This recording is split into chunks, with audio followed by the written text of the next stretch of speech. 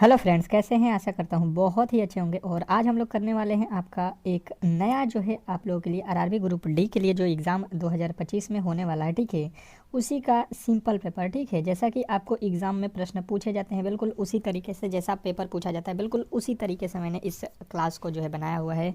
और बिल्कुल इससे एक भी प्रश्न बाहर नहीं आएगा, तो आपको घबराना नहीं है, अच्छे तरीके से यहाँ पे देखना है। और बिल्कुल आपको अच्छे तरीके से अंत तक अगर देख लेते हैं तो आपको चारों सब्जेक्ट जो है आपका रीजनिंग मैथ जीके और जो है साइंस के जो प्रश्न हैं वो चारों ही यहाँ पे मिलेंगे। जिस तरीके से आपके एग्जाम में रीजनिंग के 30 प्रश्न होते हैं, मैथ्स के 25 और जीके के आप लोगों के 20 और जो है साइंस के 25 प्रश्न यहाँ पे रखे गए हैं। तो ये आपका मॉडल पेपर जो है सिंपल पेपर बिल्कुल यहाँ पे आपके परीक्षा तक मैं चलाऊँगा और 100% है कि इससे एक भी प्रश्न बाहर नहीं आएगा। तो जो भी मेरे दोस्त जो है इस बार सिलेक्शन लेना चाहते हैं तो प्लीज़ आप लोगों से रिक्वेस्ट है कि क्लास को डेली ही ज्वाइन करें। ठीक है, बेहतर तरीके से अगर आप पढ़ना चाहते हैं, पूरे सिलेबस को पढ़ना चाहते हैं, तो आपको मैंने यहाँ पे यूट्यूब पे फ्री में पढ़ाना चालू कर दिया है आपका ऑल सब्जेक्ट। ठीक है, तो बेहतर तरीके से आप यहाँ पे तैयारी कर सकते हैं। जिन्होंने भी अब तक जो है मेरे चैनल को सब्सक्राइब नहीं किया है, इस वीडियो को लाइक नहीं किया है, तो आपको मैं बता दूं कि इस मॉडल सेट को केवल बनाने के लिए हमें सुबह से लेकर शाम तक जो है हम लोग तैयार करते हैं, तो एक मॉडल सेट बनता है। ठीक है, क्योंकि आपको मालूम है कि हर एक सब्जेक्ट के हर एक टॉपिक से मैंने इंपॉर्टेंट प्रश्नों को उठाना है, तो मॉडल सेट तैयार होता है। ऐसा नहीं है कि कोई भी प्रश्न उठा दूँ तो मॉडल सेट हो जाएगा। ठीक है, अलग अलग टॉपिक से अलग अलग प्रश्न को उठाना पड़ेगा और आपको बेहतर कंटेंट देना पड़ेगा, तो जाके ये बनता है। तो आप इसको जितना ही लाइक करेंगे उतना ही बेहतर हम कंटेंट डेली ही प्रोवाइड करेंगे। ठीक है, तो देखते हैं कि ये फ्री का क्लास है तो कितने लोग लाइक करते हैं। 100% जितने भी मेरे दोस्त हैं डेली क्लास करना चाहते हैं तो प्लीज़ आप लोगों से रिक्वेस्ट है कि लाइक शेयर जरूर कर दीजिएगा। और पहले प्रश्न की ओर चलते हैं और रीजनिंग के प्रश्नों से स्टार्ट करेंगे। कहा कि नीचे दी गई श्रृंखला में प्रश्नवाचक चिन्ह के स्थान पर कौन सी संख्या आएगी। अब देखिए, ये आपके ये जो दिख रहा है SSC CGL CHSL CPO GD में ये पूछा गया प्रश्न है, इसीलिए ये बहुत महत्वपूर्ण है। ठीक है, इस समय देखिए ट्रेंडिंग में जो ऑनलाइन एग्जाम हुए हैं उसमें जिस तरीके से प्रश्न पूछा है सीटीएस ने, सेम टू सेम वैसा ही आपके एग्जाम हॉल में पूछा जाएगा। ठीक है, ऑनलाइन का ज़माना है, सभी जो है एक ही कंपनी जो है आपके ऑनलाइन वाली करा रही है। ठीक है, तो बेहतर तरीके से देखिए, 2 से लिखा है 15, 15 से 41, 41 से 93, 93 से यहाँ पे कितना लिखा है 197, तो उसके आगे क्या होने वाला है बताइएगा। देखिए, मैंने आपको बताया भी है कि हर एक प्रश्न के लिए आपको मिलेंगे 10 सेकंड के समय और आपको हर एक प्रश्न को टेस्ट के तौर पे रखना है। जैसे कि मैंने आपको बताया भी है कि पहले का उत्तर क्या होगा, ए या बी या सी या डी, क्या होने वाला है आप यहाँ पे बताने की कोशिश करेंगे। जिन्होंने भी इस क्लास को पहले से देख रखा है उनको तो कोई दिक्कत नहीं है, वो तो अपना स्टार्ट हो जाएंगे और हर एक प्रश्न को बेहतर तरीके से बनाने की कोशिश करेंगे। तो पहला प्रश्न देखिए, 2 से अगर हम 15 पे जाएंगे तो बोलेंगे कि 13 प्लस किया गया है। ठीक है, 15 से 41 लिखा है तो 41 में से 15 घटा देंगे तो ये हो जाएगा आपका 26। इसके बाद से इसको घटा लीजिए तो ये कितना होता है, ये घटाएंगे तो आपका 93 में से 41 ये हो जाएगा आपका 52। इसके बाद से यहाँ पे देखेंगे तो कितना घटाएंगे, तो ये 104 सॉरी जोड़ा गया है, इसमें 2 में 13 जोड़ दीजिए, 15 में 26 जोड़ दीजिए और यहाँ पे 52 जोड़ दीजिए, यहाँ पे 104 जोड़ दीजिए। तो इसके आगे आपको कितना जोड़ना है, तो देखिए 13 दूना 26, 2 से गुणा हुआ है, 26 दूना 52, 52 दूना 104, 104 दूना कितना होता है, तो यहाँ पे हमें 208 जोड़ना पड़ेगा। तो 8 7 15 के 5 और यहाँ पे देखिए ये 10 के 0 हो जाएगा और ये 2 1 3 हो जाएगा। 305 जो है सॉरी एक हासिल में है 10 में, तो यहाँ पे 4 हो जाएगा। 405 आपका बिल्कुल राइट उत्तर ऑप्शन नंबर डी में दिया गया है। तो आशा करता हूँ कि ये प्रश्न भी आपको बेहतर तरीके से समझ में आ गया होगा और ऐसे प्रश्नों में कभी भी अब जो है आप लोग गलती नहीं करेंगे। नेक्स्ट प्रश्न की ओर चलते हैं और अगला प्रश्न आपके सामने कह रहा है दूसरा कि नीचे दिए गए विकल्पों में से संबंधित संख्या को जो है चुनिए। बहुत बेहतरीन प्रश्न है और ये एनालॉजी टाइप का प्रश्न है और आप चाहते हैं कि क्लास का PDF लें तो फ्री में जो है क्लास के PDF आज जो है आप लोगों को पहले भी मालूम है कि हर एक क्लास का PDF फ्री में जो है आप लोगों को मिल रहा है। ठीक है, तो PDF यदि आप लेना चाहते हैं फ्री में तो ये क्लास जो आप देख रहे हैं इसके डिस्क्रिप्शन में आपको व्हाट्सएप ग्रुप का लिंक दिख रहा होगा। ठीक है, तो उस लिंक पे जाइए और उसको क्लिक कीजिए। ठीक है, जैसे ही क्लिक कीजिएगा तो आप मेरे ग्रुप से जुड़ जाइएगा। ठीक है, और ग्रुप में हमेशा ही हम सुबह और शाम जैसे ही क्लास कराते हैं तो उसका PDF आपको दे देते हैं ताकि आप उसको जो है अच्छे तरीके से एक दिन बाद या जब भी आपको समय मिलेगा तो आप उसका रिवीजन कर लेंगे। ठीक है, रिवीजन करना बहुत ज़रूरी है। और जिन 10 से लिखा है यहाँ पे 109 किस तरीके से होगा, तो 12 से क्या होगा यहाँ पे ये हमको बताना है। अब देखिएगा इसको हम लोग किस तरीके से सॉल्व करेंगे। थोड़े से अच्छे तरीके से सोचेंगे तो प्रश्न बिल्कुल ही ईजी है, आप लोग कर सकते हैं। 10 सेकेंड का समय जो आपको दिया गया था लमसम आपके ख़त्म हो चुका है। अब जो है मेरे साथ सॉल्व कीजिए। इसके क्या तरीके हो सकते हैं। 109 पे जाने के लिए अगर हम क्या कर दें, 10 का स्क्वायर कर दें और इसमें 9 जोड़ दें तो 10 का स्क्वायर 100, 100 में 9 जोड़ेंगे 109। उसी प्रकार यहाँ पे लिखा है 12, 12 का वर्ग करेंगे और इसमें कितना जोड़ देंगे 12, तो 12 बराही 144 और 144 में जो है आपका 12 जोड़ेंगे, सॉरी 9, 12, हाँ 12 नहीं, यहाँ पे 9 जोड़े हैं तो यहाँ पे भी 9 जोड़ना पड़ेगा ना, तो 9 ही जोड़ दीजिए तो कितना होगा। तो यहाँ पे 144 से सब तो वैल्यू ही कम है, यानी कि ये भाई साहब लॉजिक ही बिल्कुल गलत है। यहाँ पे स्क्वायर वाला लॉजिक बिल्कुल सही नहीं है। अच्छा जी, यहाँ पे आ जाइए, दूसरा लॉजिक लगाते हैं। क्या लिखा है 10, 10 में 10 से गुणा करो और 9 जोड़ दो। उसी प्रकार यहाँ पे लिखा है 12, तो 12 का भी 10 से गुणा करो और इसमें कितना जोड़ दो 9, तो ये कितना हो जाएगा 10 दहाँ के 100, 9 109। और उसी प्रकार यहाँ पे 12 दहाँ के 120 और 9 120 और 9 129। अब 129 आपको देख लेना है। बिल्कुल राइट उत्तर ऑप्शन नंबर किस में दिया गया है, ए में। तो आशा करता हूँ कि ये प्रश्न भी आपको अच्छे तरीके से समझ में आ गया होगा। नेक्स्ट प्रश्न, अगला प्रश्न आपके सामने है। क्या कह रहा है आपका अगला प्रश्न, विलुप्त संख्या ज्ञात कीजिए। विलुप्त संख्या जो है आपको इस बार बताना है। आपके सामने दिख रहा होगा कि यहाँ पे जो है वाट के स्थान पे कोई भी संख्या नहीं है, ठीक है। तो यहाँ पे होने वाला है कौन सी संख्या, ये आपको बताना है। बताने की कोशिश करेंगे सभी लोग। सभी लोग बताने की कोशिश करेंगे कि इस प्रश्न का जो सही उत्तर है वो क्या होने वाला है। इम्पोर्टेंट है, बहुत इम्पोर्टेंट प्रश्न है ये आपके एग्ज़ाम के लिए, और ऐसे प्रश्न कभी भी आपको गलती नहीं करना है। तो देखते हैं कौन कौन मेरे दोस्त जो है इस प्रश्न का सही उत्तर बताता है। चलिएगा, बताने की कोशिश करेंगे सभी लोग कि इस प्रश्न का सही उत्तर जो है क्या होने वाला है। तो देखिए यहाँ पे क्या होगा, अब थोड़े से यहाँ पे लॉजिकली देखेंगे। यहाँ पे 189 लिखा गया, ठीक है। वैल्यू काफ़ी ज़्यादा है तो हम क्या करेंगे, ये 5 का वर्ग कर देते हैं और ये 8 का वर्ग कर देते हैं, जोड़ देते हैं। 5 का वर्ग कितना होता है, सॉरी क्यूब कितना होता है 125, और 8 का वर्ग करें हैं तो एक जो है ये कितना होता है 64। इसको जोड़ दीजिए, कितना हो जाएगा 5 4 9, ये 6 2 8 और 189। बिल्कुल आपको 189 मिल जाएगा। उसी प्रकार इसका क्यूब कर दीजिए, इसका वर्ग कर दीजिए। 6 का क्यूब कितना होता है 216 प्लस 7 का वर्ग कितना होता है 49 है, तो ये होगा कितना 200, 200 कितना हो गया जोड़ने पर 65 है। उसी प्रकार 7 का क्यूब कीजिए और 9 का स्क्वायर कीजिए। 7 का क्यूब कितना होता है, 7 का क्यूब कितना होता है 343, 343 और यहाँ पे 9 का वर्ग 81। 8 होना चाहिए अंत में, 7 1 8 नहीं 43 में यहाँ पे 47 लिखा है, 4 3 7, यहाँ पे कितना 3 और 1 4 हो रहा है, अंत में 4 होना चाहिए अंत में यहाँ से, यानी कि 424 बन रहा है। बिल्कुल आपका राइट उत्तर ऑप्शन नंबर सी। तो जिन्होंने भी मेरे दोस्त सी को चुना है उनका बिल्कुल सही उत्तर है। नेक्स्ट प्रश्न की ओर चलेंगे और अगला प्रश्न आपके सामने है। क्या कह रहा है आपका अगला प्रश्न कि यदि मैनेजर को जो है यहाँ पे लिखा जाता है, डायरेक्टर को जो है यहाँ पे और असिस्टेंट को जो है यहाँ पे लिखा जाता है, तो स्टाफ को जो है क्या लिखा जाएगा। अब चलिएगा बताइएगा कि स्टाफ को जो है क्या लिखा जाएगा। इम्पोर्टेंट है, बहुत इम्पोर्टेंट है। ऐसे प्रश्न आपको कभी भी गलती नहीं करना है। ऐसे प्रश्नों को कभी भी आपको गलती नहीं करना है, जैसे कि ये होते हैं कोडिंग डिकोडिंग के, और ऐसे प्रश्न आपके एग्जाम हॉल में 2-3 ठो देता है, ठीक है। कोडिंग डिकोडिंग सबसे ज़्यादा प्रश्न आपके एग्जाम हॉल में कोई देता है तो कोडिंग डिकोडिंग चैप्टर से ही देता है। तो इसको किस तरीके से सॉल्व करेंगे, अगर देखेंगे 34 लाना है, ठीक है। तो यहाँ से अगर इसके वैल्यू को हम क्या करते हैं, अगर रखते हैं तो क्या होगा, यहाँ पे देख रहे हैं आप लोग। अब देखिएगा यहाँ पे आपको यहाँ पे m का 13 हो जाएगा, n 14 हो जाएगा, तो यही यहाँ पे अधिक हो जाएगा। यहाँ पे तो 34 ही लाना है, ठीक है। तो 34 लाना है, 34 34। दूसरा लॉजिक सोचना पड़ेगा, ठीक है। दूसरा लॉजिक क्या हो सकता है, पहले ये समझ लेते हैं। अगर इसमें अंकों की संख्या काउंट करें 1 2 3 4 5 6 7, यानी 7 हुआ, ठीक है। अंकों की संख्या 7 हुआ। यहाँ पे कितना लिखा है, यहाँ पे लिखा है आपका 34। तो अगर इस दोनों को जोड़ देते हैं 3 और 4 तो ये 7 हो जाएगा। बिल्कुल आपको ये हो सकता है। अच्छा, वही लॉजिक यहाँ पे भी होना चाहिए। 1 2 3 4 5 6 7 8, 8 हो रहा है यहाँ पे, और इधर देखेंगे तो 35 लिखा है, ठीक है।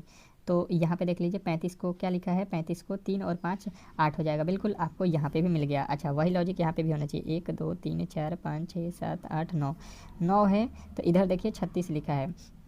3 और 6 को जोड़ दीजिए, यहाँ पे हो जाएगा ये भी। तो अब जो है 1 2 3 4 5 लिखा है, तो 5 को क्या करेंगे, 5 को क्या करेंगे, तो 5 देखिए ये तो 5 नहीं होगा, ये 6 हो जा रहा है, ये आपका 5 हो रहा है, तो ये भी 5 हो रहा है। इन दोनों में से कौन सही है ये चेक कर लेते हैं। देखिए यहाँ पे 4 के बाद 5 लिखा है, मतलब पहली छोटी संख्या फिर बड़ी संख्या। यहाँ पे देखिए 3 के बाद 5 लिखा है, पहले छोटी फिर बड़ी। यहाँ पे 3 के बाद 6 लिखा है, मतलब पहले छोटी संख्या फिर बड़ी संख्या है। तो पहले यहाँ पे बड़ी संख्या नहीं हो पाएगा, ठीक है, पहले छोटी फिर बड़ी। आपका ऑप्शन नंबर ये भी ध्यान देना है, ऑप्शन नंबर ए होगा इस प्रश्न का सही उत्तर, ठीक है। अब चलते हैं नेक्स्ट प्रश्न की ओर, और अगला प्रश्न आपके सामने है। क्या कह रहा है आपका अगला प्रश्न, निम्नलिखित में से कौन सा आरेख दिए गए वर्गों के बीच के संबंध को दर्शाता है। कौन सा आरेख है जो दिए गए वर्गों के बीच के संबंध को दर्शा रहा है। आपको क्या दिया गया है, गुलाब दिया है, फूल दिया है, आम दिया है, ठीक है। इसको जो है आपको बताना है, बताइएगा। आपको मिलते हैं 10 सेकंड का समय, क्योंकि वेन डायग्राम के प्रश्न कभी भी आपको गलती नहीं करना है। बहुत बेहतरीन प्रश्न है और आपके एग्ज़ाम हॉल में ये 100% एक ठो देता है, तो गलती की गुंजाइश किसी भी तरीके से नहीं होना चाहिए। अब देखिए आपने बना लिया होगा। सबसे पहले अगर देखिएगा तो ये गुलाब लिखा है, मान लीजिए ये गुलाब हो गया, ठीक है। तो गुलाब फूल होता है, बिल्कुल होता है, ये फूल के अंदर ही आएगा। गुलाब क्या है, फूल है, बिल्कुल फूल है, आप कह सकते हो। तो इस तरीके से हो जाएगा आम। तो आम क्या फूल होता है, कहिएगा नहीं। आम क्या गुलाब होता है, कहिएगा नहीं। तो यानी कि आम जो है बिल्कुल आपका अलग हो जाएगा। तो इस तरीके से आपका राइट उत्तर कौन सा बनेगा, option number A. Option number A जो है, तो ऑप्शन नंबर ए आपका बिल्कुल राइट उत्तर है। अगर आपने बताया है तो बिल्कुल आपने सही उत्तर बताया है, ठीक है। नेक्स्ट प्रश्न की ओर चलेंगे, और अगला प्रश्न आपके सामने है। क्या कह रहा है आपका अगला प्रश्न, जो है निम्नलिखित विकल्पों में से असंगत का जो है चयन करें। निम्नलिखित विकल्पों में से असंगत का चयन करना है। चलिएगा बताइए, यहाँ पे आपके सामने 10 सेकेंड का समय है, और असंगत का जो है चयन कीजिए। देखते हैं कौन कौन मेरे दोस्त जो है इस प्रश्न का सही उत्तर बताता है। देखिए हर एक प्रश्न को खुद से जब तक ट्राई नहीं कीजिएगा तो कुछ भी होने वाला नहीं है। ये भी मैंने पहले भी आपको अब बता दिया है क्लास से पहले कि आपको करना क्या है। फिर भी अगर आप नहीं करते हैं तो इसका जो है भुगतान आपको ही करना पड़ेगा, क्योंकि देखिए आपको एग्ज़ाम हॉल में खुद से ही प्रश्नों को सॉल्व करना पड़ेगा, ठीक है। वहाँ पर कोई बताने वाला तो होगा नहीं, तो आप अगर पहले ही इन प्रश्नों को सॉल्व करेंगे तो बेहतर होगा, ठीक है। तो यही आपसे मैं चाहता हूँ कि डेली ही आप क्लास में आएँ और अपने मन से प्रश्नों को सॉल्व करें, ठीक है। तो पहले अगर आप देखते हैं तो मैंने आपको क्या बताया था, आपको मैंने पहले भी बताया हुआ है। यहाँ पे क्या है कि ये पहले आपको चेक करना होता है कि वर्ग है कि या आपका वर्ग है कि घन है कि क्यूब है, ठीक है। तो आपको क्या समझ में आएगा ये कि वर्ग है कि घन है या क्यूब है, ये पहले हमको देखना है। तो सबसे पहले हम देख लेते हैं यहाँ से, अगर देखेंगे अगर हम लोग, तो ये होता है आपका 32 का क्या लिखा है, क्यूब लिखा है, वर्ग लिखा है, सॉरी 32 का वर्ग। ये क्या लिखा गया है, तो ये आप कहिएगा कि ये जो लिखा गया है आपका क्या लिखा गया है, 36 का वर्ग लिखा गया, ठीक है। ये देखिएगा तो ये आपका 34 का वर्ग लिखा गया है, और ये होता है किसका, 37 का वर्ग, ठीक है। तो अब हमारे पास जो है यहाँ पे वर्ग जो है तो मिल गए। तो ये तो सारे ही वर्ग है, तो अलग कौन है ये अब देखना है। तो देखिए ये तीनों ही आपके क्या हैं, सम संख्या है, ठीक है।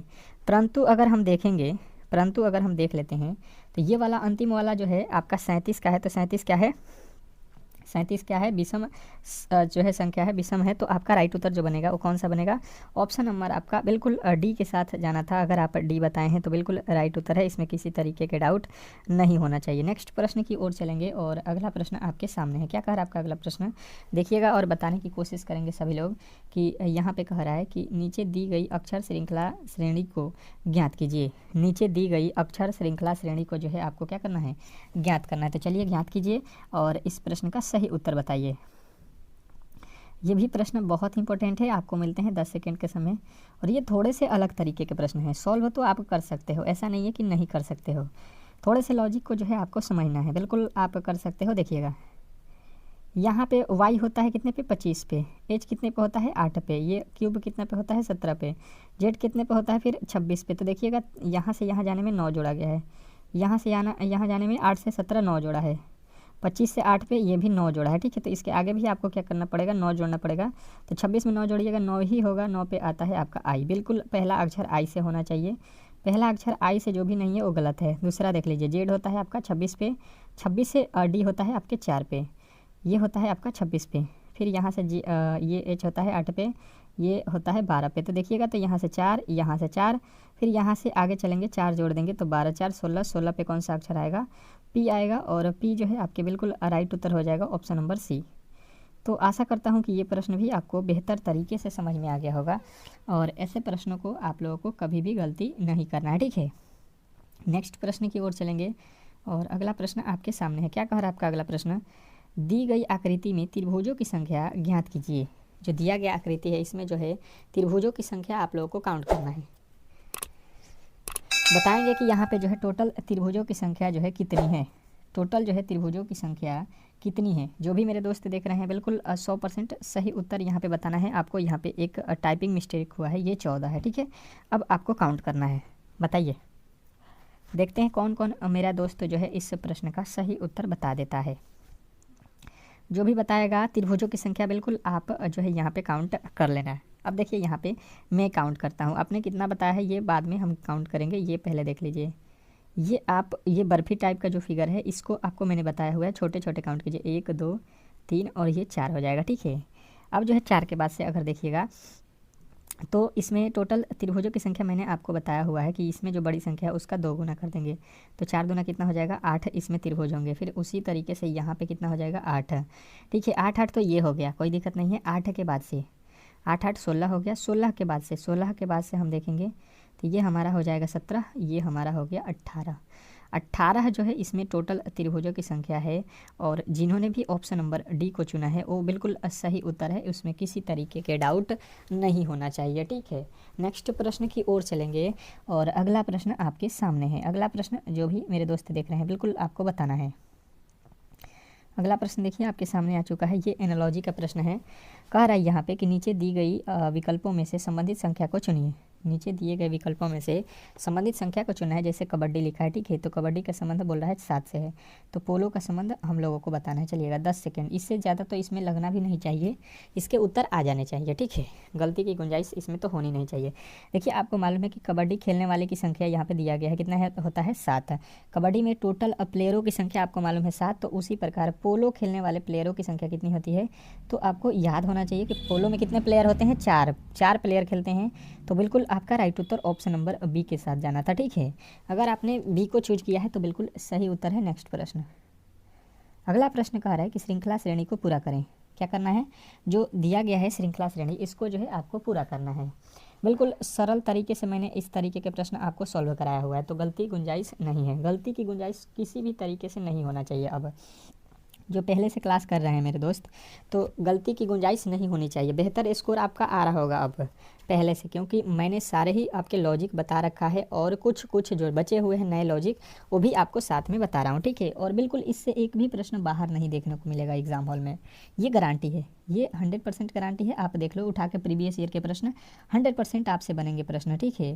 तो ये भी आपको ध्यान रखना है कि आपका जो सिलेबस है उसी के अकॉर्डिंग ये क्लास आपको पढ़ाया जाता है।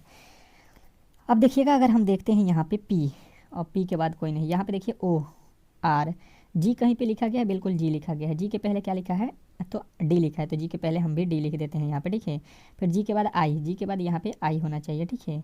और ओ हो रहा है, ठीक है, ओ हो रहा है। तो यहाँ तक अगर हम 1 बना दें 5 का, फिर यहाँ तक ओ हो गया, फिर यहाँ तक आपका ओ हो गया, ठीक है। अब देखिएगा इसमें 5 का हो गया, तो पहला अक्षर पी, पी के बाद से यहाँ पे मालूम नहीं है, यहाँ पे आर लिखा है, ठीक है। मतलब यहाँ पे पी के बाद यहाँ पे हमें क्यूब रखना पड़ेगा, क्यू के बाद आर, आर के बाद यहाँ पे एस है, ठीक है।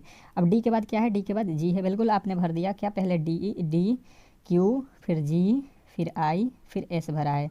अब ये देखिए कहाँ पे है, ये देखिए कहाँ पे है, D Q G I S. आपने ऑप्शन नंबर अगर बताया हुआ है डी तो बिल्कुल राइट उत्तर है, इसमें किसी तरीके के डाउट नहीं होना चाहिए। नेक्स्ट प्रश्न की ओर चलेंगे और अगला प्रश्न आपके सामने है। क्या कह रहा है आपका अगला प्रश्न, कि नीचे दिए गए घन में घन वन A1 वाले फलक के विपरीत फलक अक्षर पे कौन सी संख्या आएगी। ये तो मैं नहीं बताऊंगा, ये अब मुझे देखना है कमेंट बॉक्स में कौन कौन गलती बताता है, क्योंकि मैंने जो है क्लास में यहाँ पे पासे के बहुत अच्छे तरीके से प्रश्नों को कवर कराया हुआ है विपरीत निकालने को। तो यहाँ पे पूछा है A1 का विपरीत, तो ये आपको यहाँ पे दिख रहा होगा, इसमें A1 का विपरीत बिल्कुल अभी निकालना है आपको। और ये आपका 11 नंबर का जो है उत्तर क्या हो रहा है, ए हो रहा है, बी हो रहा है, सी हो रहा है, कमेंट बॉक्स में सबको बताना है। सबका रिप्लाई दूंगा और जो नहीं बताएंगे बिल्कुल अब बहुत मार मारेंगे, ठीक है। क्योंकि इतने मेहनत से हम पढ़ाते हैं तो आपका भी दायित्व बनता है कि आप जो मैं कह रहा हूँ वो करो, ठीक है, तो ही हो सकता है। क्योंकि 1 घंटा आपको लगता होगा क्लास लेने में, लेकिन इन प्रश्नों को बनाने में कितना मेहनत लगता है, कहाँ कहाँ से ढूंढना पड़ता है प्रश्न, ये आपको नहीं मालूम है। ठीक है, अलग अलग बुक से, अलग अलग जो है पेपर से ये प्रश्न बनाए जाते हैं। ठीक है, कि ये आपका प्रश्न आ सकता है, ये आ सकता है, और आप इसको हल्के में ले रहे हैं। ठीक है, तो देखिए सबसे पहले मैंने क्या बताया कि पहले वाले जो है खंबे, जो स्तंभ होता है, कोठा होता है, उसका तीसरे वाले से संबंध, यानी कि U5 का जो संबंध होता है A1 का अपोजिट होता है। हमसे A1 का ही पूछा गया था, तो यहाँ पे तो मिल गया पहले ही वाले से। ये जो बाहरी वाला रहता है, ये बाहरी वाला का अपोजिट होता है। ठीक है, इसके बाद से 4 का जो है E2 के साथ हो जाएगा। बिल्कुल आपका उत्तर मिल जाएगा कौन सा, U5। किसका पूछा गया था, हमसे A1 का पूछा गया था, तो आपका ऑप्शन नंबर डी में दिया गया है। इससे एक भी प्रश्न आपको बाहर देखने को नहीं मिलेगा। देखिएगा आप लोग एग्जाम हॉल में जब बैठिएगा तो बिल्कुल जब इसी तरीके का प्रश्न आपके एग्जाम हॉल में देखने को मिलेगा तब देखिएगा। कह रहा है कि यदि किसी निश्चित कूट भाषा में अर्थ यहाँ पे दिया गया है, इसको जो है ये लिखा गया है। ठीक है, और इसको जो है ये लिखा है, तो कह रहा है तो निम्नलिखित में से कौन सी निश्चित रूप से सही है, ये हमें बताना है। सही कौन है, तो देखिए सबसे पहले इस तरीके के प्रश्न को, इसको जो है ये लिख रहा है, इसके बदले जो है ये लिख रहा है, तो दोनों तरफ हम देख लेते हैं कौन सा कॉमन वैल्यू है। तो देखिए ये ग्रीन से ग्रीन कट जाएगा, और इधर आ जाते हैं, तो इधर हमने किसको देखा, तो यहाँ पे एन ए सी कट जाएगा, और यहाँ पे कोई कट रहा है, और भी कोई यहाँ पे देखिएगा कट रहा है, तो और कोई नहीं कट रहा है। ठीक है, अब देखेंगे हमें यहाँ पे जो है वैल्यू देखना है, तो हमें यहाँ पे देख लीजिए BIR का अर्थ ग्रीन है। BIR का ग्रीन होगा नहीं, बिल्कुल ये ग्रीन नहीं होगा। दूसरा NAC का अर्थ TOMT, NAC का अर्थ क्या दिया है, TON है, बिल्कुल ये भी नहीं होगा। दूसरा वाला ये कैसे होगा, ये तो दोनों कॉमन है, दोनों में है, यहाँ पे केवल ये एक में है, तो ये गलत है, तो बिल्कुल है। LE का अर्थ TAYS, LE का अर्थ TAYS, ये हो सकता है, नहीं भी हो सकता है, क्योंकि एंड भी है, एंड भी। अच्छा इसको देख लेते हैं, NAC का अर्थ ग्रीन, बिल्कुल होगा। देखिए यहाँ पे देखिएगा आपका अंतिम नंबर का जो है प्रश्न का उत्तर किस तरीके से क्लियर है। तो देखिए यहाँ पे देखिए NAC और NAC इधर जो है इन दोनों में कॉमन हुआ, इधर देखिए क्या हुआ ग्रीन, और इधर भी ग्रीन, दोनों में मिल रहा है। ठीक है, तो बिल्कुल यही दोनों जो है आपके सही होंगे, एक दूसरे के मान है। ठीक है, नेक्स्ट प्रश्न देखिएगा आप लोगों के सामने आ चुका है, दर्पण से रिलेटेड प्रश्न। निम्नलिखित में से कौन सी दर्पण छवि सही है। जब दर्पण को AB पर रखा जाता है तो कौन सा दर्पण सही है, ये आपको बताना है। बताने की कोशिश करेंगे सभी लोग कि इस प्रश्न का सही उत्तर क्या होने वाला है। यहाँ पे आपके सामने दिख रहा होगा, यहाँ पे बेहतर तरीके से दर्पण, और इसका दर्पण प्रतिबिंब क्या होगा। आपके पास मात्र 10 सेकेंड है, तो ये 10 सेकेंड आपको गंवाना नहीं है, बेहतर तरीके से बताना है कि क्या होने वाला है इसका राइट उत्तर। चलिएगा बताइएगा इस प्रश्न का जो है सही उत्तर क्या हो रहा है। बिल्कुल बिल्कुल सभी का उत्तर आना चाहिए यहाँ पे बेहतरीन तरीके से। बन गया होगा, सभी का बन गया होगा, क्योंकि मैंने आपको अच्छे तरीके से बताया हुआ है कि लेफ्ट जो होता है उसको राइट में भेजा जाता है, जो राइट में होता है वो लेफ्ट में चला जाता है, किस में, दर्पण में। यही लॉजिक होता है दर्पण के प्रश्नों को सॉल्व करने का। तो अब जो है यहाँ पे सॉल्व कर देते हैं। ये 5 है, और यहाँ पे लिखेंगे तो 5 जो है आपको इस तरीके से दिखेगा। अब जो है बिल्कुल 5 लिखा हुआ है तो ये गलत, उसके बाद से इसको ले चलेंगे तो ये O बन जाएगा, और ये इधर से है तो अब जो है ये इधर से हो जाएगा। ठीक है, तो अब जो है आपको यहाँ पे देखना है, ये तो बिल्कुल जो है आपको इधर से ही लिख दिया है, तो बिल्कुल गलत हो जाएगा ये भी।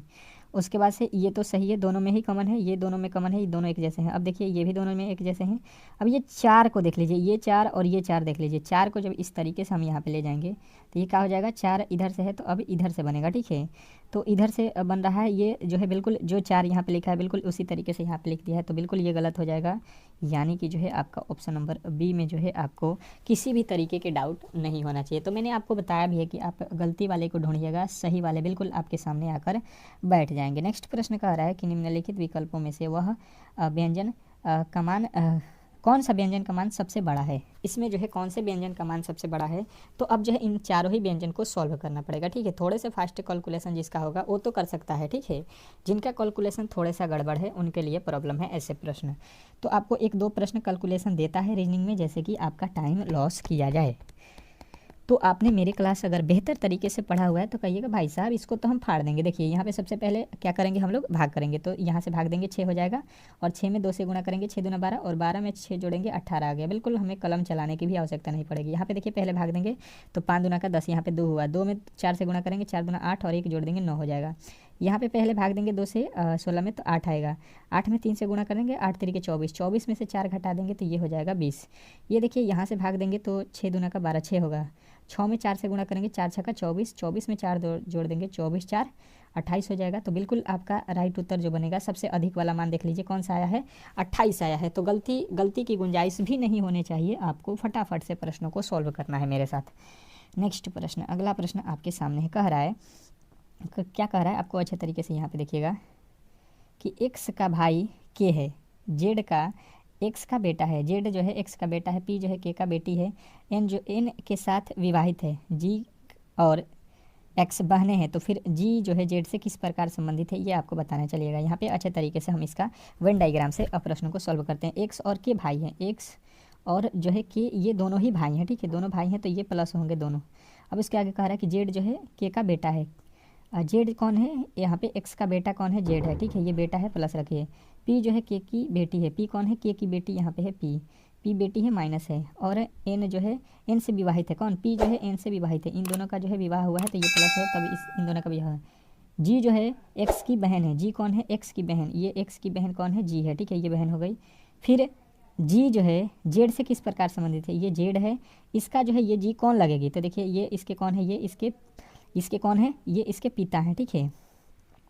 और पिता की बहन क्या लगती हैं, पिता की बहन को क्या बोलते हैं, तो यहाँ पे जो है आपको क्या होना चाहिए, तो माँ तो यहाँ पे बिल्कुल गलत, बहन सास ये दोनों ही गलत, उसको बोलते हैं मौसी या क्या बुआ बोलते हैं, ठीक है। तो ऑप्शन नंबर डी के साथ आपको जाना है। नेक्स्ट प्रश्न, अगला प्रश्न आपके सामने है, कह रहा है कथन, ठीक है, कथन दिया है और यहाँ पे आपको कह रहा है कि कुछ डी जो है ए है, सभी ए जो है बी है, ठीक है। तो यहाँ पे अब देखिएगा, यहाँ पे करेंगे क्या हम लोग, अच्छे तरीके से इसको फिगर से बना लेते हैं, ठीक है। तो सबसे पहले क्या करेंगे, यहाँ पे लिखा है डी और यहाँ पे क्या करेंगे, डी का जो है कुछ हिस्सा जो है आपका क्या है, ए है, ठीक है। तो यहाँ पे जो है इसके आगे अब क्या बोला गया है कि सभी बी जो है ए है, जितना भी बी है वो ए है, ठीक है। अब बोला क्या गया है कि जितना भी ए है वो सब बी के अंदर है, तो देखिए बी के अंदर सबको ए को रख दिया गया है, ठीक है। अब क्या करेंगे, यहाँ पे निष्कर्ष पे चलते हैं और कह रहा है निष्कर्ष कि कुछ बी, डी है, बी का कुछ हिस्सा, ये बी का कुछ हिस्सा, ठीक है, डी है तो बी का कुछ हिस्सा, बिल्कुल डी है, पहला वाला ऑप्शन बिल्कुल सही बोल रहा है। दूसरा वाला ऑप्शन पे चलिए, सभी डी ए है, डी का जितना भी हिस्सा है वो ए है, कहिएगा नहीं कुछ डी का हिस्सा जो है ए था, तो ये गलत है। तो केवल जो है आपको बताना है कि निष्कर्ष 1 सही है, ठीक है, केवल निष्कर्ष 1 सही है, ऑप्शन नंबर सी। नेक्स्ट प्रश्न की ओर चलेंगे और अगला प्रश्न आपके सामने कह रहा है कि निम्नलिखित शब्दों के अक्षरों का प्रयोग करके कौन से शब्द का निर्माण नहीं किया जा सकता है। निम्नलिखित शब्दों के प्रयोग करके निम्नलिखित में से कौन से जो है कौन से अक्षर का प्रयोग नहीं किया जा सकता है, ये आपको बताना है। चलिएगा, यहाँ पे आपको 10 सेकंड का समय है और नहीं किया जा सकता मतलब नहीं बनाया जा सकता है, उसको आपको चुनना है। तो गलती तो नहीं होनी चाहिए, गलती की गुंजाइश भी नहीं होनी चाहिए, क्योंकि ऐसे प्रश्न मैंने आपको बताया भी है। तो देखिए इसको किस तरीके से सॉल्व करेंगे, पहले अक्षरों को पढ़ लीजिए बेहतर तरीके से। यहाँ पे देखिए जी है ऊपर, बिल्कुल जी है, ए ऊपर है, बिल्कुल है, आई भी ऊपर है और टी भी ऊपर है, टी है ऊपर, टी बिल्कुल नहीं है। तो कह रहा है कि निर्माण नहीं करके बनाया नहीं जा सकता है, प्रयोग करके शब्द का निर्माण नहीं किया जा सकता है, तो ये पहले वाला ही नहीं बनाया जा सकता है, क्योंकि देखिएगा यहाँ पे टी लिखा हुआ है ऊपर, जब टी है ये नहीं है, तो इसके अलावा हमने अलग अक्षर का यूज कर दिया है, तो पहला वाला ही आपका नहीं बनाया जा सकता है। बाकी देख लीजिए ये तीनों ही बनाए जाएंगे, कैसे, देखिए जी ऊपर भी है, एन भी है, आई भी है, के भी है, जी भी है, एन भी है, आई भी है, आर भी है, ये भी हो जाएगा, ये भी हो जाएगा। तो आपका बिल्कुल राइट उत्तर था जो ऑप्शन नंबर ए था। नेक्स्ट प्रश्न की ओर चलते हैं और अगला प्रश्न आपके सामने है और बताने की कोशिश करेंगे। देखिएगा आपके सामने जो है यहाँ पे क्या आ गया है, तो अब जो है आपके साइंस के प्रश्न स्टार्ट हो चुका है, ठीक है। और 25 तो साइंस के हम लोग बहुत जल्द प्रश्नों को कर लेंगे 5 से 6 मिनट में, ठीक है, क्योंकि टाइम हमको इसमें ज़्यादा नहीं देना है। 5 से 6 मिनट में जो है आपके प्रश्न सॉल्व हो जाने चाहिए 25 तो। बहुत इंपॉर्टेंट है, 25 प्रश्न आपको अच्छे तरीके से देखना है, ठीक है। 100% इससे जो है बाहर प्रश्न नहीं पूछेगा। पहला कह रहा है कि सेक्स हार्मोन स्रावित होते हैं, जो सेक्स हार्मोन होते हैं वो स्रावित होते हैं, कहाँ से होते हैं ये आपको बताना है। चलिएगा बताने की कोशिश करेंगे सभी लोग।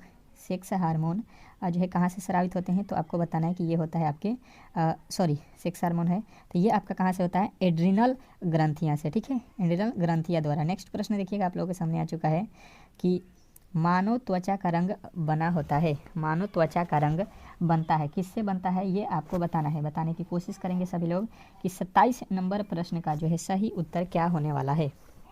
मानव त्वचा का रंग जो है आपको याद रखना है, ये होता है आपका मेलेनिन की तरह, ठीक है, मेलेनिन से जो है आपका बना होता है। नेक्स्ट प्रश्न देखिएगा आप लोगों के सामने आ चुका है कि निम्नलिखित में से कौन सी सदिश राशि है, निम्नलिखित में से कौन जो है सदिश राशि है, बताइएगा। आपको जो है कोशिश करना है कि ये 25 ठो प्रश्न हैं जो साइंस के, इसमें कम से कम 15 ठो प्रश्न आपको साइंस के सही करने हैं, ठीक है। 15 ठो आपके टारगेट पे होने चाहिए, जिनका भी 15 अगर सही हो जाता है तो बिल्कुल उसका जो है स्कोर सही माना जाएगा, ठीक है। तो ये है विस्थापन, विस्थापन क्या है, एक सदिश राशि है, बाकी ये तीनों अदिश राशि है। तो नेक्स्ट प्रश्न की ओर चलेंगे और अगला प्रश्न आपके सामने कह रहे हैं अत्यधिक शीत ऋतु में पहाड़ों पर पानी की जो है पाइप लाइनें फट जाती हैं, इसका कारण क्या है। जो अत्यधिक शीत ऋतु होता है, मतलब सब जो है जाड़े के दिन में, ठीक है, जब जाड़े ज़्यादा पड़ते हैं तो पहाड़ों पे जो पानी की जो है पाइपें होती है वो फट जाती है। क्यों? क्योंकि आपको बताना है कि वहाँ पे जो होता है पाइप में जो है पानी जमने पर जो है क्या होता है, पाइप फट जाता है, ठीक है। पाइप में पानी जम जाता है ज़्यादा, जो है वहाँ पे क्या हो जाता है, जो है टेम्परेचर कम हो जाता है, ठीक है। कह रहा है कि गर्मी के दिनों में गर्मी के दिनों के दौरान जो है मिट्टी के बर्तन में रखा पानी ठंडा हो जाता है निम्नलिखित प्रक्रिया के कारण। तो किस प्रक्रिया के कारण जो है पानी ठंडा होता है, तो आपको बताना है यहाँ पे ये होता है आपका वाष्पीकरण के कारण, ठीक है। वाष्पीकरण, ऑप्शन नंबर डी जो है इस प्रश्न का राइट उत्तर है। नेक्स्ट प्रश्न देखिएगा आप लोगों के सामने आ चुका है और आपका अगला प्रश्न कह रहा है कि विद्युत ऊर्जा को यांत्रिक ऊर्जा में बदलने की मुक्ति है, ठीक है। मतलब विद्युत ऊर्जा को यांत्रिक ऊर्जा में बदलने की मुक्ति है, क्या मुक्ति है ये आपको बताना है। तो आपका राइट उत्तर जो है यहाँ पे बनेगा कौन सा, विद्युत मोटर। विद्युत मोटर जो है आपका बिल्कुल राइट उत्तर है, इसमें किसी तरीके के डाउट नहीं होना चाहिए। नेक्स्ट प्रश्न की ओर चलेंगे और अगला प्रश्न आपके सामने है, कह रहा है यहाँ पे कि सबसे कम तरंगदैर्घ्य वाला प्रकाश होता है, सबसे कम तरंगदैर्घ्य वाला जो प्रकाश होता है वो कौन सा होता है। तो आपको बताना है कि ये जो है सबसे कम जब पूछा जाए तो बैगनी होता है, सबसे अधिक जो है लाल होता है। सबसे क्या बोला जाएगा, अधिक, अधिक जब भी पूछा जाए तो आपको लाल याद रखना है। नेक्स्ट प्रश्न देखिएगा, कह रहा है कि चालक का विद्युत प्रतिरोध किससे स्वतंत्र होता है। चालक का विद्युत प्रतिरोध किससे स्वतंत्र होता है, तो आपके उत्तर बनेंगे यहाँ दाब से, ठीक है। नेक्स्ट प्रश्न देखिएगा, कह रहा है कि मृग मरीचिका का जो है बनना उदाहरण है, मृग मरीचिका का बनना किसका उदाहरण है, तो आपका राइट उत्तर बनेगा यहाँ पे पूर्ण आंतरिक परावर्तन का। नेक्स्ट प्रश्न देखिएगा क्या कह रहा है यहाँ पे कि प्रकाश वोल्टीय सेल होता है, प्रकाश वोल्टीय सेल होता है, किसका होता है ये आपको बताना है। अब चलिएगा 35 नंबर का सही उत्तर क्या हो जाएगा, सौर सेल होता है। ऑप्शन नंबर ए जो है इस प्रश्न का राइट उत्तर होगा। अगला प्रश्न कह रहा है एक हॉर्स पावर यानी एक HP कितने वोल्ट के बराबर होता है, एक HP कितने वोल्ट के बराबर होता है, बताइएगा। बताने की कोशिश करेंगे सभी लोग कि 36 नंबर प्रश्न का जो सही उत्तर है वो क्या होने वाला है, तो 746 वाट, ठीक है। नेक्स्ट प्रश्न देखिएगा आप लोगों के सामने आ चुका है, निम्न में से किससे ऊर्जा प्राप्त नहीं होती है, निम्न में से किससे ऊर्जा प्राप्त नहीं होती है ये आपको बताना है। चलिएगा 37 का जो है राइट उत्तर आपको बताना है, देखते हैं कौन कौन मेरे दोस्त जो है बता देते हैं। तो 37 का जो राइट उत्तर होगा वो आपका क्या हो जाएगा, तो ये होता है विटामिन, ठीक है। नेक्स्ट प्रश्न, अगला प्रश्न क्या कह रहा है आपका कि विटामिन ए किस में पाया जाता है, विटामिन ए जो है किस में पाया जाता है। तो विटामिन ए तो यहाँ पे आपको याद रखना है कि सबसे ज़्यादा विटामिन ए गाजर में पाया जाता है, बिल्कुल आपका ऑप्शन नंबर सी। नेक्स्ट प्रश्न कह रहा है यहाँ पे कि मछलियों के यकृत के तेल किसकी जो है प्रचुर मात्रा होती है, मछलियों के यकृत के तेल में किसकी प्रचुर मात्रा होती है, जो मछलियों का तेल होता है उसमें कौन सा सबसे अधिक होता है। तो देखिए सबसे अधिक की बात की जाए तो विटामिन ए होता है इसमें, ठीक है, और विटामिन डी भी होता है, लेकिन सबसे अधिक बोला जाए तो आपको ऑप्शन नंबर ए लगाना है। नेक्स्ट प्रश्न कह रहा है यहाँ पे कि पृथ्वी के ऊपर की सतह ओजोन की परत जो है किससे बचाव करती है। तो पृथ्वी के ऊपरी सतह ओजोन जो होता है वो किससे हमको बचाव करती है, तो पराबैंगनी किरणों से, ठीक है। नेक्स्ट प्रश्न देखिएगा आप लोगों के सामने आ चुका है, रेफ्रिजरेटर में शीतल के रूप में प्रयुक्त होता है, तो शीतल के रूप में कौन प्रयुक्त होता है ये आपको बताना है।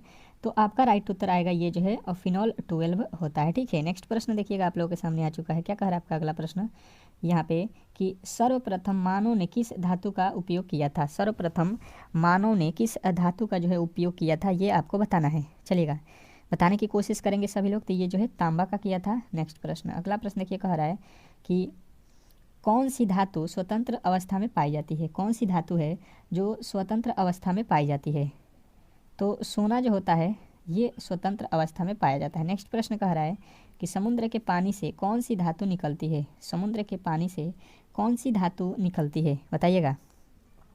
तो ये जो है निकलता है आपका मैग्नीशियम निकलता है, ठीक है। नेक्स्ट प्रश्न देखिएगा, आप लोगों के सामने आ चुका है कि साबुन बनने में निहित प्रक्रिया है। साबुन बनाने में कौन सी प्रक्रिया होती है? तो आपको राइट उत्तर बताना है, साबुनीकरण होता है। नेक्स्ट प्रश्न देखिएगा, आप लोगों के सामने आ चुका है, लहसुन की विशेष गंध किसके कारण आती है?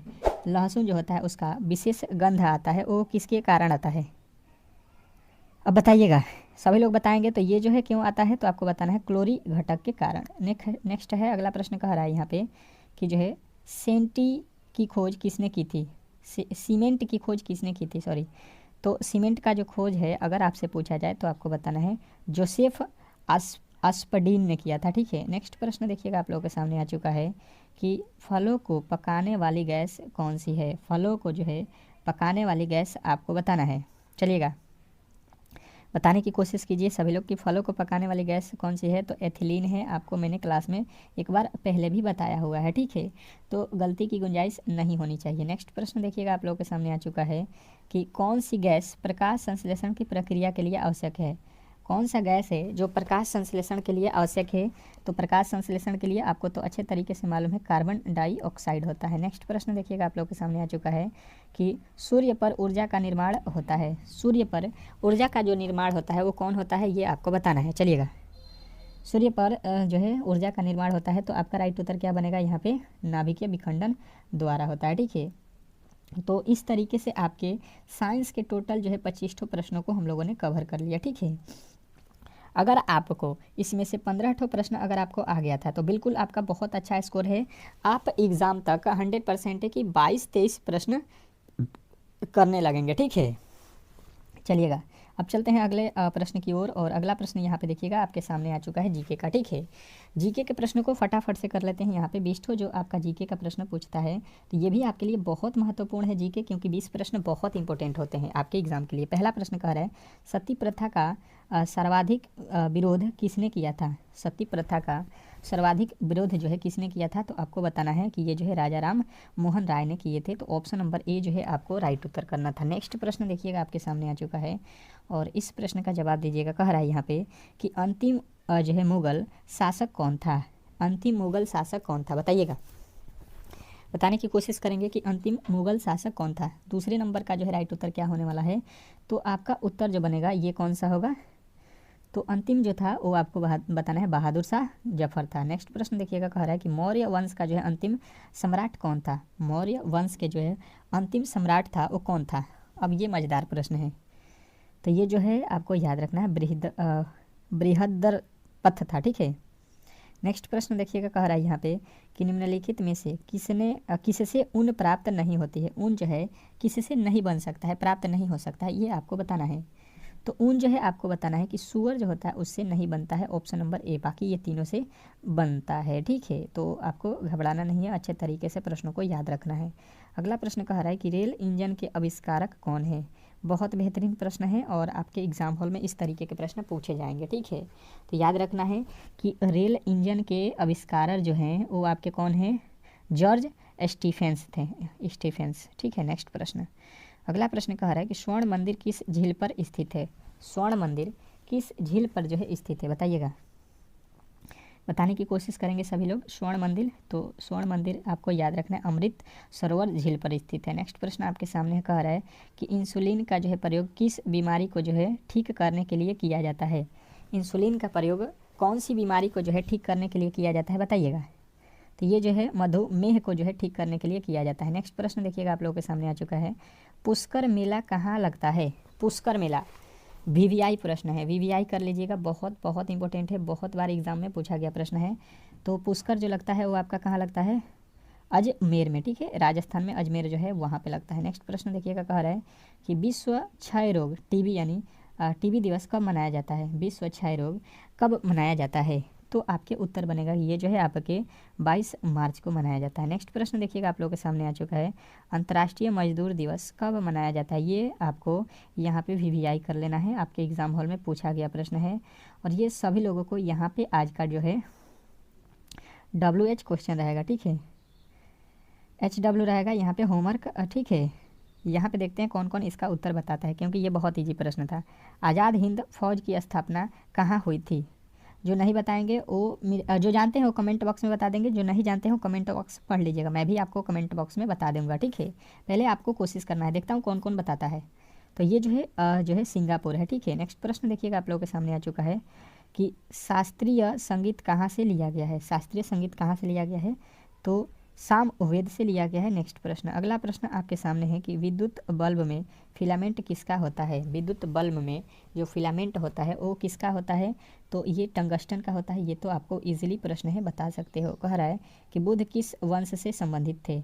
बुध जो है किस वंश से संबंधित थे? तो बुध जो थे आपके जो है शाक्य वंश के थे, ठीक है। नेक्स्ट प्रश्न देखिएगा आप लोगों के सामने आ चुका है कि भारत में रेल का जो है आरंभ किस सन में हुआ था? भारत में रेल का जो है आरंभ किस सन में हुआ था? तो आपका राइट उत्तर बनेगा यहाँ पे रेल का जो है आरंभ 1853 में, ठीक है। बिल्कुल आपका राइट उत्तर ऑप्शन नंबर बी होगा। अगला प्रश्न कह रहा है अजंता चित्रकारी किस काल से संबंधित है? अजंता चित्रकारी किस काल से संबंधित है? तो आपका राइट उत्तर बनेगा यहाँ पे गुप्त काल से, ठीक है। नेक्स्ट प्रश्न देखिएगा आप लोगों के सामने आ चुका है कि बुलंद दरवाज़ा का निर्माण किसने करवाया था? तो बुलंद दरवाज़ा का निर्माण जो है अकबर ने कराया था, ऑप्शन नंबर ए। नेक्स्ट प्रश्न कह रहा है कि शांति निकेतन की स्थापना किसने की थी? शांति निकेतन की स्थापना किसने की थी? तो रविंद्रनाथ टैगोर। नेक्स्ट प्रश्न कह रहा है कि जलियांवाला बाग कहाँ स्थित है? जलियांवाला बाग कहाँ पे स्थित है बताइएगा।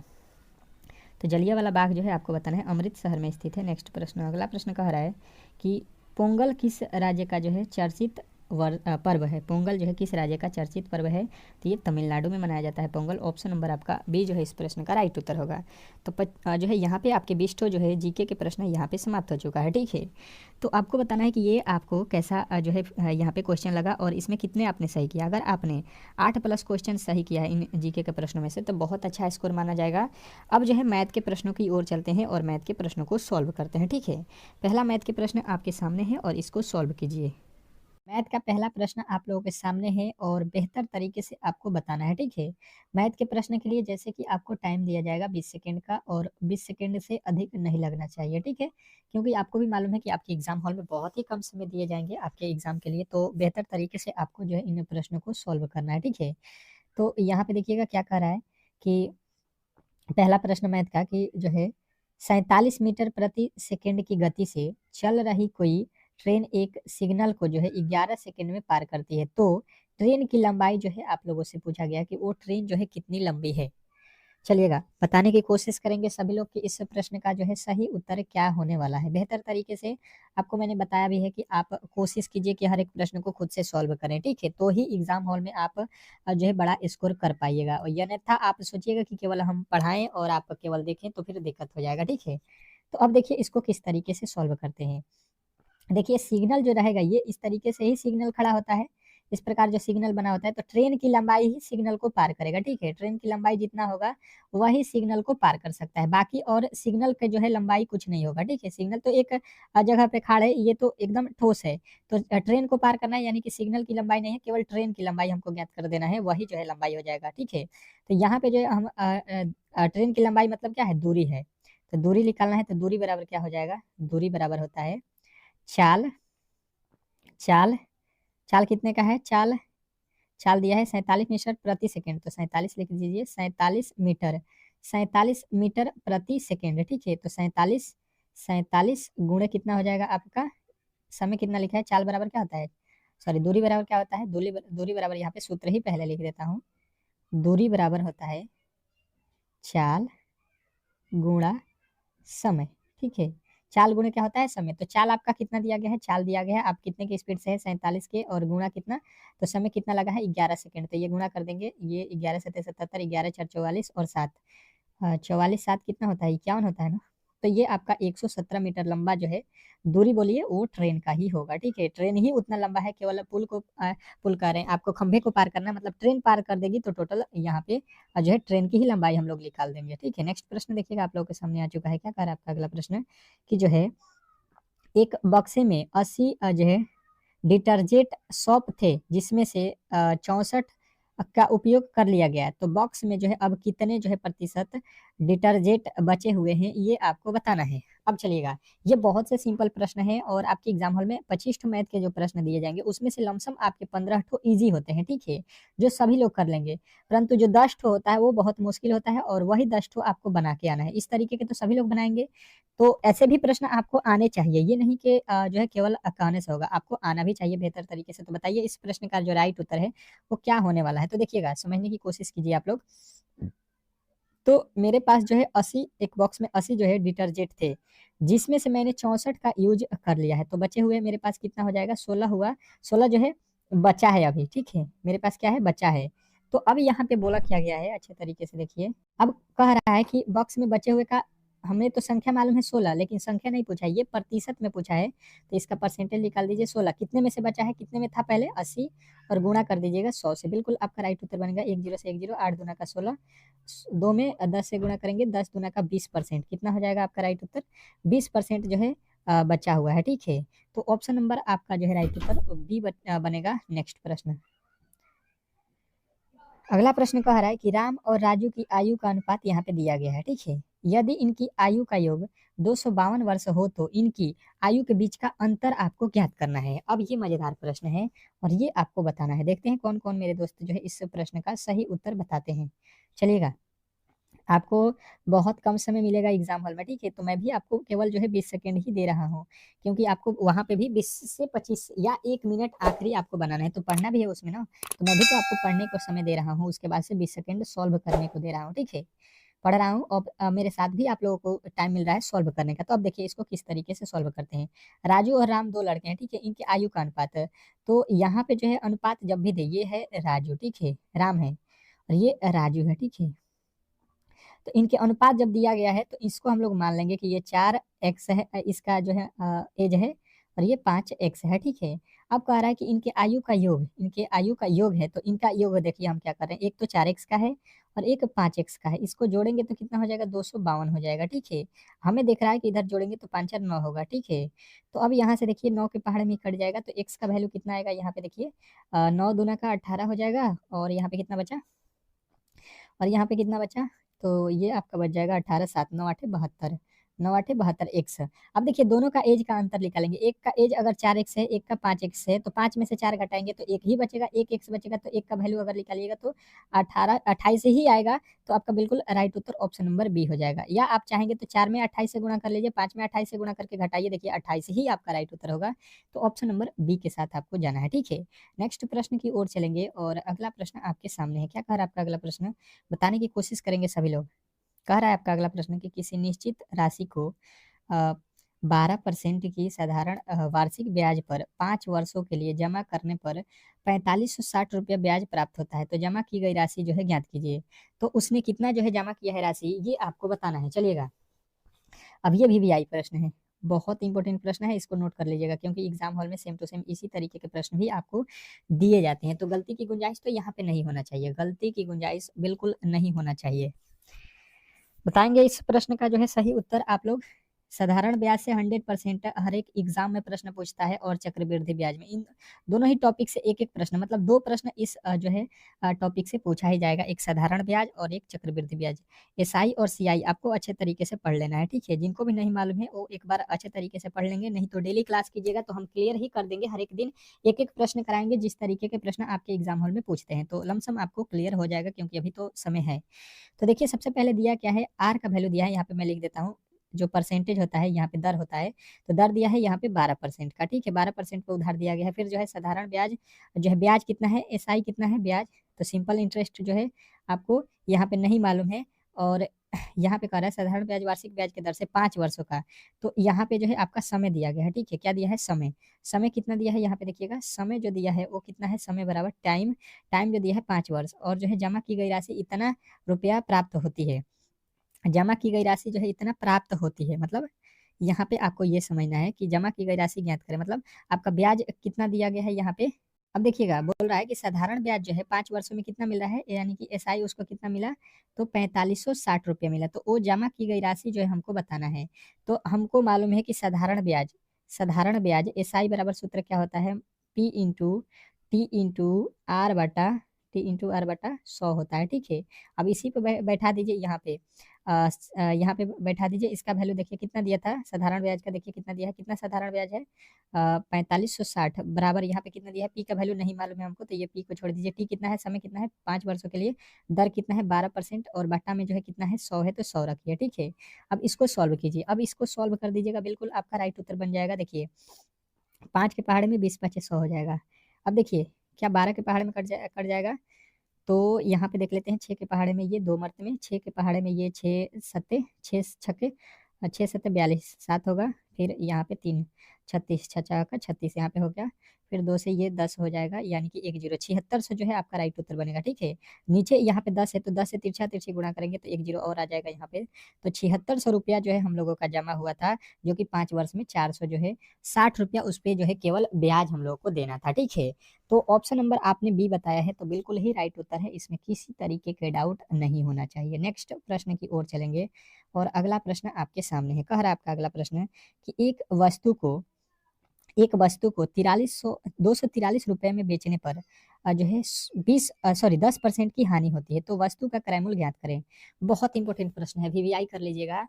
और ऐसे प्रश्न में थोड़े से आदमी फंस जाता है, ठीक है, बल्कि होता बहुत ईजी है। बहुत ईजी प्रश्न है, सिंपल तरीके से बताऊंगा, सभी को जो है यहाँ पे अच्छे तरीके से प्रश्न को नोट करना है। चलिएगा पहले आप खुद से सॉल्व कीजिए, सॉल्व कर दीजिए, सॉल्व हो सकता है, ऐसा थोड़ी ना है कि नहीं हो सकता है, ठीक है। इजी है, आप लोग कोशिश करेंगे तो ही हो सकता है। तो अब देखिए सबसे पहले यहाँ पे क्या हुआ है कि वस्तु इतना रुपये में बेचा गया, 10% की हानि हुई है। मान लेते हैं हम लोग कि कीने होंगे कितना में, क्रय मूल्य कितना में कीना जाता है। बिल्कुल आपको हमेशा याद रखना है कि हमेशा किसी भी वस्तु को कीनते हैं 100 रुपये में, और विक्रय मूल्य उसके बाद से हम उसको बेचते हैं, तो विक्रय मूल्य बोला जाता है। 100 रुपये की हानि पर, मतलब अगर 100 रुपये की हम कीने हैं कोई वस्तु और 10% की हानि, मतलब इसमें से 10 जो है हम कम में बेचेंगे, यानी कि 90 में बेचेंगे, तो 10 की हानि होगी कि नहीं। अगर आप कोई सामान 100 रुपये का कीने और उसको 90 में ही बेच देंगे तो 10 का हानि हो जाएगा। तो ये कह रहा है, तो वस्तु का क्रय मूल्य, तो क्रय मूल्य देखिए ये है, और यहाँ पे दिया है 243, तो 243 और किसको ज्ञात करना है, यहाँ पे 100 का। हमें जो बोला जाता है ज्ञात करने का लिए है क्रय मूल्य ज्ञात करना है, तो क्रय मूल्य ऊपर रखेंगे, विक्रय मूल्य नीचे रखेंगे। 10 से 10 कट जाएगा, 9 के पहाड़े में 29 29 27 और यहाँ पे 3 हो रहा है, ठीक है। तो यहाँ पे तो ये कट नहीं रहा है, 43 है ना, सॉरी ये 43 है, तो ये हो जाएगा 9 के पहाड़े में 9 दूना 18, 9 दूना 18, और यहाँ पे कितना हो रहा है 9 दूना 18, और यहाँ पे आपका कितना हो रहा है, ये आपका कितना हो रहा है। तो अब देखिएगा ये पूरा नहीं कट रहा है, ठीक है। इसका थोड़ा सा उत्तर यहाँ पे जो ऑप्शन है बिल्कुल गलत है, ये हो जाएगा आपका कितना पॉइंट में इसका ये उत्तर आएगा, ये 9 दूना 18 हो जाएगा, 18 आपके पास बचेगा कितना 18, 24 में से 6 63, 9 7 63 है, यहाँ पे 270 आ रहा है, ठीक है। तो यहाँ पे ऑप्शन में जो है बिल्कुल चारों ऑप्शन में नहीं दिया गया है, 270